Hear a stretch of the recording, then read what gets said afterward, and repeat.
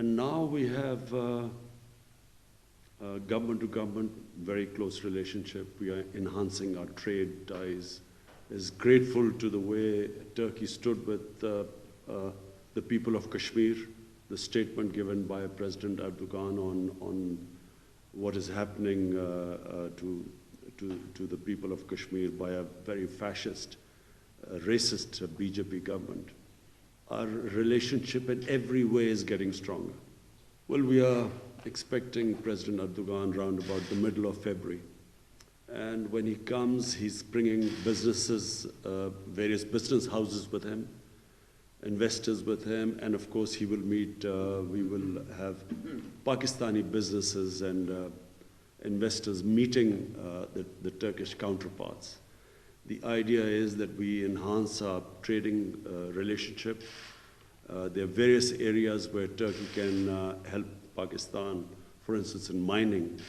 Pakistan is a country which is full of minerals, but we have not really explored these various minerals like gold and copper and coal. So when President Erdogan comes, this is one area, but then there are other areas too. We want certain areas where we want technology transfer from Turkey in various areas.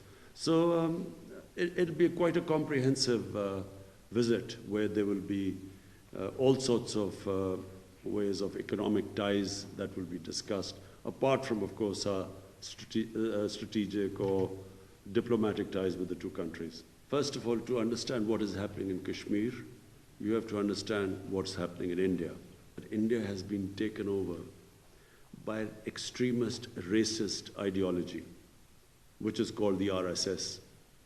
And this ideology believed that India belongs to Hindus. It's called Hindutva. This ideology was inspired by the Nazis in the 1930s. They believe, just like the Nazis believed in the Aryan race, the German race, they believed in the Hindu race. This RSS extremist assassinated Gandhi. Yeah. They were 3 times declared as a terrorist organization in India. Now, since they've taken over India, the minorities have been squeezed in India. There have been violence against the minorities, specifically Muslims. But in Kashmir, what they have done is, they have violated their own constitution, which was Article 370, and they have changed the status of Kashmir unilaterally.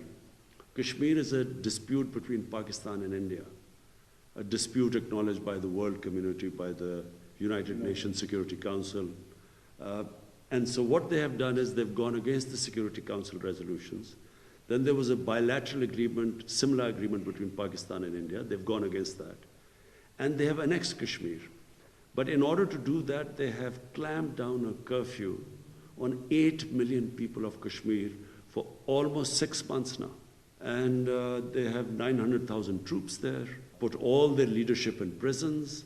They have whisked away thousands of young teenagers into various prisons outside Kashmir. So it is a serious situation there. And so Pakistan, of course, has raised it on every forum in the United Nations, with humanitarian organizations, Amnesty International. That's why we are very appreciative of President Erdogan, because he has condemned this United Nations. In the United Nations, this illegal and violating all humanitarian laws, what is happening in Kashmir. It has to be, really, our strategy has to be to approach the world organizations like United Nations. These international organizations came into being to stop this sort of injustice going on in the world. Not just injustice. There is a danger with what India has done in Kashmir. This is not going to die down. There's going to be violence in Kashmir. There'll be violence because whenever they lift the curfew, people will come out protesting against it. Yeah. And when they protest, there was violence. They have 900,000 troops which will use violence against these citizens. And we fear that this will spill over into Pakistan. And that's why the United Nations should act. I can't say about this trade war between the US and China, how long this will go on. But it doesn't affect Pakistan, it affects China. A Turkish delegation comes in a couple of weeks. We hope to involve them in further using CPEC for further connectivity, and we hope to involve Turkey in this.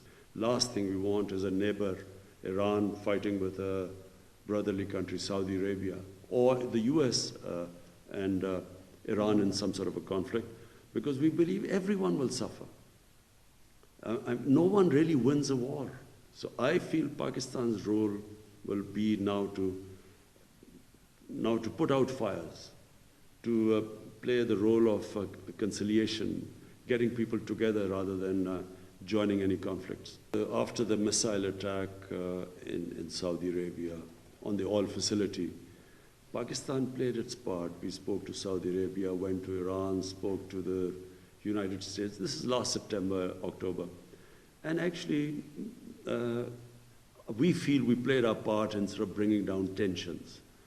But of course, there has to be some more of a permanent solution. At the moment, things are still tense, but for a time, I feel that we have averted war. There was a time when it seemed that there could be actually a conflict. If you averted the war, that is big news. Averted. We think we averted a conflict. I mean, I'm talking about when the missile strikes took place in Saudi Arabia. So when we tried our best to play our part.